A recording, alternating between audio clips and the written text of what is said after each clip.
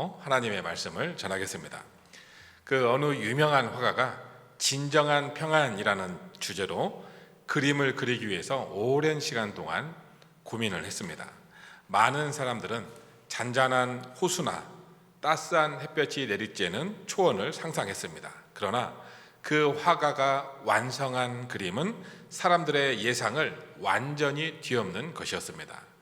그림의 배경은 사나운 바람이 불어치고 또 거대한 번개가 내리꽂히며 시커먼 파도가 집채만하게 바위를 때리는 험악한 절벽이 아니었습니다.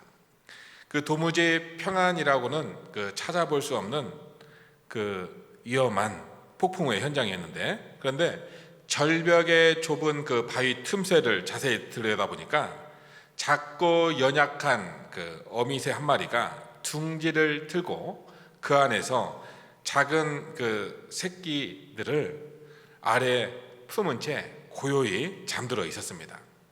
밖은 세상을 삼킬 듯한 광풍이 불고 있지만 바위 품에 안긴 어린 생명들에게는 그 어떤 폭풍도 도달하지 못하는 완전한 안식처였던 것입니다. 오늘 우리가 마주한 세상이 바로 이 사나운 폭풍우와 같습니다. 개인의 힘으로 도저히 막을 수 없는 거대한 재앙과 불안, 또 예측할 수 없는 위기들이 매일같이 우리를 엄습합니다. 그러나 참된 안전은 세상에 바람이 잦아드는 데 있지 않고 흔들리지 않는 반석의 품으로 피하는 데 있습니다. 오늘 말씀은 온 세상을 주관하시는 하나님의 거대한 경영 속에서 가장 연약한 자들이 누리는 유일하고 안전한 안식처가 어디인가를 보여주고 있습니다. 그 피난처는 바로 만유의 주제이시며 우리 영혼의 완전한 반석 되시는 예수 그리스도에게 있습니다. 오늘 말씀은 유다와 직접 또는 간접적으로 깊은 관계에 있는 두 나라 아수르와 블레셋의 미래에 대한 말씀이다라고 할 수가 있습니다. 그런데 아수르와 블레셋은 좀 더 다른 성격을 가지고 있는 나라입니다. 우선 아수르는 유다로부터 좀 더 많이 떨어져 있는 나라인데 어느 날 이 나라가 강력해지면서 침략주의를 정책 노선으로 채택하고 유다를 압박해서 관계를 맺게 됩니다. 어떤 나라가 무한정으로 커지려고 하면 다른 나라는 그 나라에 먹히든지 아니면 싸워야 합니다. 반대로 블레셋은 유다의 오랜 이웃입니다. 그런데 생각하는 것이나 모든 것이 또 신앙이 전혀 맞지 않아서 오랫동안 싸우면서 지내왔습니다. 이사야 때부터 본격적으로 하나님께서는 모든 나라의 왕이시라는 생각이 싹트기 시작했습니다. 그 전에 하나님은 어디까지나 유다의 왕이시고 이스라엘 민족의 하나님이셨습니다. 하지만 이사야는 하나님께서 온 세상을 다스린다라고 주장을 했습니다. 그리고 그 통치는 마침내 다윗의 자손으로 오실 메시아 예수 그리스도의 십자가와 부활을 통해 온 우주의 영원한 왕국으로 완성될 경영이었습니다. 통제불능처럼 보이는 거대한 악과 위기 속에서도 하나님은 여전히 온 세상을 주님의 뜻대로 주관하고 계십니다. 오늘 말씀을 통해서 여전히 다스리시는 하나님의 구체적인 계획, 즉 하나님의 경영이 무엇이고 이 시대를 살아가는 우리 교회가 붙들어야 할 진짜 힘은 어디에서 나오는지 함께 살펴보고자 합니다. 여러분, 해마다 미국 캘리포니아에서는 산불이 일어납니다. 저도 경험을 한 적이 있는데 몇 수십 킬로 떨어져 있어도 깜깜한 어둠의 밖을 내다보면 산불이 나는 쪽에서 노을 지듯이 환하게 빛이 비추는 것을 볼 수가 있습니다. 그리고 요즘 일어났던 중국의 홍수를 보면서 이제는 도저히 인간의 힘으로는 막을 수 없다라고 하는 불가능한 시대에 접어들었습니다. 중국 홍수가 나니까 어떤 일이 일어났어요? 코브라가 동네에 뿌려지게 되어서 곳곳에서 코브라가 나오고 악어가 돌출하는 그런 시대에 접어들게 되었습니다. 그 재앙은 사람의 힘으로 멈출 수가 없습니다. 이사야 당시에 세계적인 대재앙은 뭐냐 하면 아수르였다고 할 수가 있습니다. 아수르는 가는 곳곳마다 도시를 파괴합니다. 사람을 죽이고 그 나라를 멸망시키는 파괴자였습니다. 하나님께서는 이 아수르에 대해서 구체적인 계획을 가지고 있다라고 말씀을 합니다. 우리 24절 함께 읽습니다. 만군의 여호와께서 맹세하여 이르시되 내가 생각한 것이 반드시 되며 내가 경영한 것을 반드시 이루리라. 여기서 경영이라고 하는 것은 하나님의 구체적인 계획을 말합니다. 예전 성경에는 경륜이라고 표현이 되었어요. 사람들에게 아수르는 사람의 영역을 벗어난 대규모의 산불과 홍수와 같습니다. 그러나 하나님께서는 이 아수르에 대해서도 구체적인 계획이 있다라고 말씀을 합니다. 하나님께서 아수르에 대해서 가지고 계신 계획이 무엇입니까? 우리 25절 읽습니다. 내가 아수르를 나의 땅에서 파하며 나의 산에서 그것을 짓밟으리니 그때에 그의 멍에가 이스라엘에게서 떠나고 그의 짐이 그들의 어깨에서 벗어질 것이라. 하나님께서는 아수르가 마음껏 팽창하도록 내버려 두셨습니다. 닥치는 대로 사람들을 죽이고 도시나 나라들을 멸망시켰습니다. 그런데 아수르가 결코 넘지 못하는 한계선이 있었습니다. 바로 예루살렘인데 아수르는 예루살렘을 멸망시킬 수 있는 자리까지 가지만 결코 그 선을 넘지 못하고 거기서 패하는 것을 시작으로 그 나라가 쇠락의 길을 걸어가게 됩니다. 26절에서 7절 함께 읽습니다. 이것이 온 세계를 향하여 정한 경영이며 이것이 열방을 향하여 편손이라 하셨나니 만군의 여호와께서 경영하셨은즉 누가 능히 그것을 패하며 그의 손을 펴셨은즉 누가 능히 그것을 돌이키랴. 도대체 하나님께서 아수르에 대하여 가지고 계신 경영이 무엇입니까? 하나님께서 이스라엘 백성들에 대해서 가진 계획을 갖고 있는 것은 누구나가 알고 있습니다. 그것을 하나님의 구원 계획이라고 합니다. 그렇다면 아수르에 대해서 가지고 계신 계획은 무엇입니까? 우선 하나님께서는 이 땅에 두 가지 나라를 허락하셨다라는 사실을 우리는 기억해야 됩니다. 하나는 세상이고 또 하나는 이스라엘인데 곧 교회를 의미하고 있습니다. 이 두 나라는 각각 기능이 다릅니다. 우선 이스라엘의 역할은 죄를 해결하는 것입니다. 죄는 하나님과의 관계에서 발생합니다. 하나님을 인정하지 않고 그 앞에서 교만하고 범죄한 인간들로 하여금 그들의 죄를 고백하게 하고 어린 양의 피의 제사로 용서받게 하는 것이 구약의 이스라엘의 역할입니다. 이것은 장차 인류의 모든 죄를 담당하시고 십자가에서 단번에 영원한 대속제물이 되실 예수 그리스도를 보여주실 그림자라고 할 수가 있습니다. 반면 세상 나라의 사역은 무엇입니까? 악을 다스리는 사역입니다. 여기서 악은 죄와는 다릅니다. 죄는 하나님과의 관계에서 발생하는 것이지만 악은 사람들과의 관계에서 발생합니다.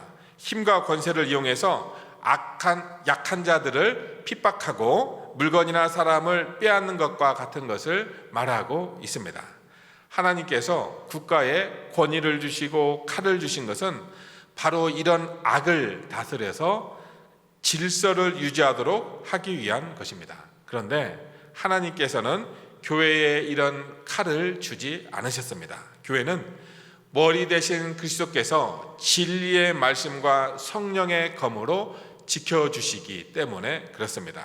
교회는 특정 사상을 지지하거나 어떤 이데올로기를 지지하지 않습니다. 오직 이 세상의 죄와 싸우며 하나님과의 잘못된 관계를 바로잡기 위해서 십자가의 복음과 말씀을 전파하는 것이 바로 교회라고 할 수가 있습니다. 그래서 제가 교회에서 정치 얘기를 하지 않습니다. 이스라엘이 언제나 바른 말씀만을 전하고 사람들에게 죄를 용서받기 위하여 나올 때 그리스도를 가리키는 온전한 예배와 제사를 드린다면 교회는 어떠한 세상의 권력 앞에서도 흔들리지 않는 영원한 생명의 공동체로 서 있습니다. 그러면 아수르는 어떻습니까? 바로 국가가 범죄하고 있는 것입니다. 국가는 강한 자가 약한 자에게 범죄하지 못하도록 지키는 것이 임무임에도 불구하고 오히려 그 힘을 내세워서 이용하여 다른 나라를 침공했던 것입니다. 한때는 우리나라도 공권력을 가지고 시민과 학생들을 다치게 하는 가슴 아픈 역사도 있었습니다. 국가의 공권력은 악한 자들로부터 시민의 생명과 재산을 지켜주기 위해서 무장하고 그 법을 집행하는 것입니다.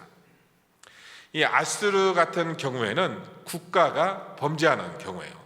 악한 사람이 왕이 되어서 자신의 야심에 따라서 전 세계를 소나기에 넣으려고 할 때 약한 나라들은 어떻게 됩니까? 그저 당하는 수밖에 없습니다. 아수르는 그 당시 사람들에게 끌 수 없는 산불이고 홍수와 같은 대재앙이었습니다. 그런데 하나님께서 하시는 말씀이 무엇입니까? 하나님께서 아수르에 대해서 계획을 가지고 있다라고 하시는 것입니다. 무슨 계획입니까? 나의 땅에서 아수르를 파하며 나의 산에서 발로 밟는다라고 하는 것입니다. 하나님께서 아수르를 가나안 땅으로 불러들여서 먼저 이스라엘을 멸망시키게 하신 후에 예루살렘을 공격하다가 끝에는 아수르가 망하게 하시는 것입니다. 결국 히스기야 때 그 아수르는 예루살렘을 공격했다가 그날 밤 18만 5천 명의 군사가 죽는 비극을 경험하고 패망하게 됩니다. 결국 이것을 통해서 하나님의 말씀하시고자 하시는 것이 무엇이에요? 이스라엘 백성들의 힘은 돈이나 군사력에 있지 않다라고 하시는 것입니다. 우리가 생각하기에 불안한 고대 사회에서 돈이나 군사력이 있으면 얼마나 든든하겠습니까? 또 군사력이 약하다 할지라도 돈이 있으면 그 주변의 나라들로부터 용병들을 사올 수가 있습니다. 여러분, 우리가 생각할 때도 어때요? 우리가 가진 것이 없다라고 생각하면 불안할 수 있습니다. 아이들이 아프거나 혹은 집세가 오를 때 급히 쓸 수 있는 자금이 있어야 덜 불안한 것이 우리의 현실입니다. 우리의 미래에 어떤 일이 일어날지 모릅니다. 그래서 은행에 잔고가 있고 또 더 나아가서는 부동산이 있어야 마음이 든든할 수 있습니다. 그런데 하나님은 무엇이라고 말씀합니까? 이 세상에 아무리 불안하고 가변적이라 하더라도 유일하게 안전한 곳이 있다라고 말씀을 하시는 것입니다. 바로 자기 사명을 다하고 있는 교회를 말씀하시고 있어요. 예루살렘이 부족하지만 오실 메시아의 언약과 말씀을 붙들고 매일 죄와 싸우는 일을 하고 있는 이상 아수르도 결코 예루살렘을 넘지 못하고 거기서 끝난다라고 이야기하시는 것입니다. 우리는 여기서 깨달을 것이 있습니다. 아수르가 사마리아는 멸망시켰는데 예루살렘은 멸망시키지 못한 것입니다. 그 이유는 사마리아는 교회가 아니었기 때문에 그렇습니다. 사마리아는 이미 세상 나라처럼 변해 있었습니다. 돈도 많았고 군사력은 유다보다 강했습니다. 하지만 아수르를 감당하지 못했습니다. 100년 뒤에는 아수르를 물리쳤던 예루살렘이 바벨론에 의해서 멸망당하게 됩니다. 도대체 어떻게 된 것입니까? 그것도 예루살렘도 그때는 더 이상 죄와 싸우지 않고 있었기 때문에 그렇습니다. 세상 나라가 다 되었기 때문에 아무리 예루살렘이라 할지라도 바벨론을 이길 수가 없었습니다. 따라서 우리에게 중요한 것이 뭐예요? 돈이 많냐 적으냐가 아닙니다. 규모가 크냐 작으냐가 아닙니다. 교회로서의 기능을 다하고 있느냐 아니면 세상 모임으로 변해 있느냐 하는 것이 우리의 중요한 기준이라고 할 수가 있습니다. 교회는 돈이나 세상의 권력으로 자신을 지키지 못합니다. 오직 십자가의 복음으로 끊임없이 죄가 무엇인지 깨우치고 회개하게 하는 곳이 바로 교회입니다. 그러면 이 세상의 어떤 세력도 교회를 이기지 못합니다. 그리스도의 영이신 성령께서 친히 교회를 지켜주시기 때문에 그렇습니다. 교회가 두려워해야 할 것이 뭐예요?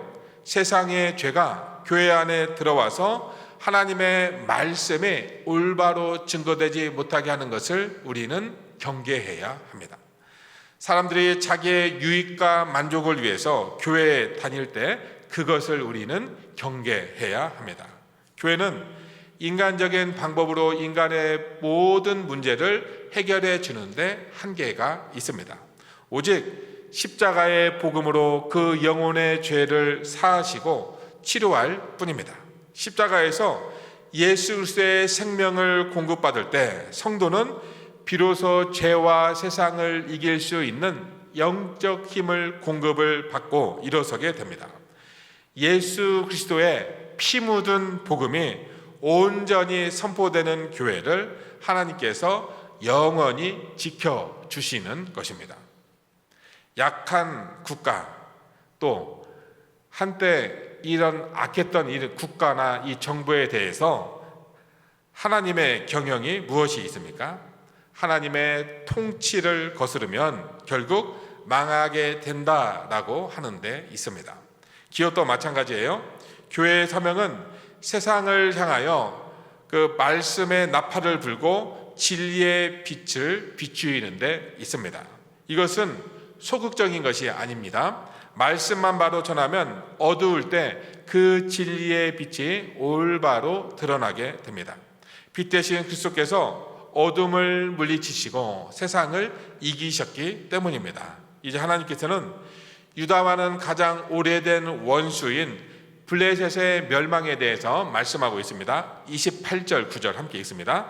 아하스 왕이 죽던 해에 이 경고가 임하니라. 블레셋 온 땅이여 너를 치던 막대기가 부러졌다고 기뻐하지 말라. 뱀의 뿌리에서는 독사가 나겠고 그의 열매는 날아다니는 불뱀이 되리라. 아하스 왕은 블레셋을 치던 막대기였습니다. 그런 아하스 왕이 죽으니까 블레셋 사람들은 영향력을 넓힐 수 있다라고 생각하면서 좋아했습니다. 하나님께서 블레셋에게 기뻐하지 말라 말씀을 하고 있어요. 아하스가 뱀이라면 앞으로 나올 왕은 독사이고 그 뒤에 나올 왕은 불뱀이 나온다라고 경고하고 있습니다. 다시 말해서 시간이 가면 갈수록 더 센 왕이 나와서 블레셋을 친다라고 하는 뜻입니다. 많은 학자들이 독사는 히스기야 왕을 의미하고 불뱀은 궁극적으로 사단의 권세를 완전히 깨뜨리시고 승리하실 메시아 예수 그리스도를 상징한다라고 해석을 하고 있습니다. 그러면 왜 하나님께서는 블레셋이 영원히 이스라엘 자손과 화해하지 못하고 갈수록 더 싸우고 멸하게 하실 것이다 라고 말씀을 하고 있습니까? 이것은 뱀을 통해서 영원히 하나 될 수 없는 적대감을 나타내고 있습니다. 처음 인류가 사단이 들어간 뱀에게 완전히 속아서 여자의 후손으로 오실 예수 그리스도께서 뱀의 머리를 상하게 하실 것이고, 이게 창세기 3장 15절 말씀이에요. 십자가에서 사단의 권세를 완전히 꺾으실 것을 약속하셨습니다. 블레셋과 이스라엘의 증오심은 이런 세계관의 충돌 때문에 일어난 것인데, 블레셋 사람들은 크레타 섬에서 이주한 민족인데 그리스 문명의 영향을 받은 자들이에요. 철학의 영향을 받은 자들입니다. 그런데 가까운 이스라엘 백성들은 어떻습니까? 오직 하나님밖에 없습니다. 그들은 하나님 제일주의자들이었습니다. 여호와가 모든 것을 결정하고 이스라엘 자손들은 오직 여호와의 말씀에 순종하는 한에서만 존재할 가치가 있습니다. 지금은 교회가 잠들어 있는 것처럼 보이죠. 교회는 시대를 앞서가야 합니다. 세상을 흔들어 깨워야 합니다. 그렇게 할 수 있는 것은 오직 성령의 역사로 가능한 것입니다. 교회가 십자가의 복음으로 무장하고 부활의 권능으로 일어날 때 세상의 권세 잡은 자들은 교회를 보고 두려워 떨게 됩니다. 이것이 바로 원수의 머리를 짓밟으시고 만유의 주가 되시는 그리스도의 강력한 역사라고 할 수가 있습니다. 교회는 세상보다 먼저 영적 실제와 문제의 본질을 깨닫고 유일한 해답이신 예수 그리스도를 제시해야 합니다. 우리 30절 31절 읽습니다. 가난한 자의 장자는 먹겠고 궁핍한 자는 평안히 누우려니와 내가 내 뿌리를 기근으로 죽일 것이요 내게 남은 자는 살육을 당하리라. 성문이여 슬피 울지어다 성읍이여 부르짖을지어다 너 블레셋이여 다 소멸되리로다. 대저 연기가 북방에서 오는데 그 대열에서 벗어난 자가 없느니라. 여기서 가난한 자의 장자나 빈핍한 자는 자신의 힘으로 온전히 아무것도 할 수 없어서 오직 은혜의 주님만을 의지하는 그 심령이 가난한 자들입니다. 이들은 참된 꼴을 먹고 평안히 눕겠지만 교만한 블레셋은 뿌리로부터 멸망합니다. 북방에서 오는 연기는 하나님의 심판의 도구인 바벨론 군사를 의미합니다. 우리 인간 세상의 문제를 해결하는 방법은 두 가지가 있습니다. 하나님 중심의 신본주의와 인간 중심의 인본주의가 있는데 이 둘은 늘 영적인 전쟁을 일으킵니다. 블레셋의 인본주의는 인간은 위대하니 긍정적인 생각과 칭찬, 교양과 제도만 있으면 스스로 구원할 수 있다라고 이야기합니다. 반면에 성경의 복음은 뭐라고 이야기해요? 인간은 전적으로 타락했기 때문에 그리스도의 십자가 앞에서 완전히 무릎 꿇고 자신을 부인하지 않으면 구원의 소망이 없다라고 이야기를 합니다. 블레셋주의는 진통제 같은 가벼운 약 처방만 합니다. 그러나 복음은 십자가에서 옛사람이 죽고 새 생명으로 태어나는 영혼의 근원적인 대수술을 요구합니다. 단기간에는 블레셋주의나 인본주의가 효력이 있는 것처럼 보입니다. 그러나 인간 깊은 곳에 있는 이런 죄의 뿌리와 죽음의 공포는 가벼운 약 처방으로 해결될 수 없습니다. 자기 이익과 충돌할 때는 교양이든 국제 질서든 허무하게 무너지는 것이 바로 우리 현실이라고 할 수가 있습니다. 결국 사람은 영혼을 살리는 십자가의 복음으로 수술을 받아야 합니다. 나의 옛자가 십자가에 못 박히는 아픔이 있지만 오직 그리스도 예수 안에서만 새 생명으로 살아나는 유일한 구원의 길이 열리기 때문에 그렇습니다. 이 세상의 어떤 나라도 완전한 행복을 보장해 줄 수가 없습니다. 여러분 미국을 보십시오. 과거의 미국은 한마디만 경고하면 전 세계가 벌벌 떨던 시대가 있었습니다. 실제로 자기들이 했던 말은 어떻게 해서든지 지키고 이루는 나라였습니다. 그러나 현대의 미국은 어떻습니까? 자기의 이익에 맞지 않으면 하루아침에 입장을 바꾸고 자국의 유익만을 위해서 움직이는 나라가 되었습니다. 그러므로 이 세상에 안전한 나라는 없습니다. 그러면 이 세상에서 가장 안전한 나라는 어디에 있습니까? 우리 32절 읽습니다. 그 나라 사신들에게 어떻게 대답하겠느냐? 여호와께서 시온을 세우셨으니 그의 백성의 곤고한 자들이 그 안에서 피난하리라 할 것이니라. 그 나라 사신들, 아수르가 예루살렘에서 패배한 후에 어떻게 그 강한 나라가 이 작은 이스라엘에 망했는가 알아보려고 온 열방의 사신들을 말하고 있습니다. 다시 말해서 시온의 힘과 능력이 어디에서 나오는가를 묻는 사람들을 뜻하고 있습니다. 그 해답이 어디에 있어요? 바로 하나님께 있습니다. 스스로 아무 자랑할 것이 없어서 오직 주님의 십자가 그늘 아래로 피하여 온 가난하고 곤고한 자들을 하나님께서는 결코 내버려 두지 아니하시고 은혜의 날개로 덮어주시기 때문입니다. 구약의 시온은 곧 억울한 죄인들이 목숨을 건질 수 있었던 도피성과 같습니다. 그러나 구약의 도피성은 부지 중에 살인한 자들에게만 그 혜택을 주었고 받아주었고 대제사장이 죽을 때까지만 효력이 있었습니다.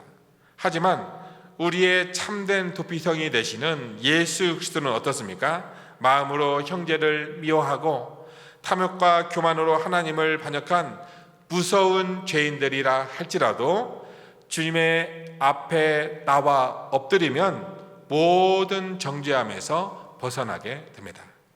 영원한 대제사장이신 예수 그리스도께서 십자가에서 피 흘려 죽으심을 주 예수 안에서 피한 모든 자에게 영원한 죄사함과 완전한 생명을 값없이 선물로 주셨기 때문입니다. 자신의 의로움과 능력을 믿고 성 밖으로 나가는 자는 사단의 정죄와 세상의 환난을 이겨내지 못합니다. 오직 예수 그리스도 안에 거할 때에만 참된 생명과 승리가 있습니다. 교회는 세상에서 상처받고 실패한 자들이 예수 그리스도의 이름으로 피하여 사는 은혜의 도피성이라고 할 수가 있습니다. 여러분, 내 힘과 재물을 의지하지 마십시오. 또 없다고 주눅들 필요도 없습니다. 세상의 화려한 흔들림에 흔들리지 마십시오. 우리를 위해 십자가에 달리시고 부활하사 만왕의 왕이신 예수 그리스도의 품으로 날마다 더 깊이 피하여 숨으시길 바랍니다. 온 세계를 경영하시는 그리스도 예수 안에서 영원히 흔들리지 않는 참된 평안과 승리를 누리시는 성도님 되시기를 주의 이름으로 축원합니다.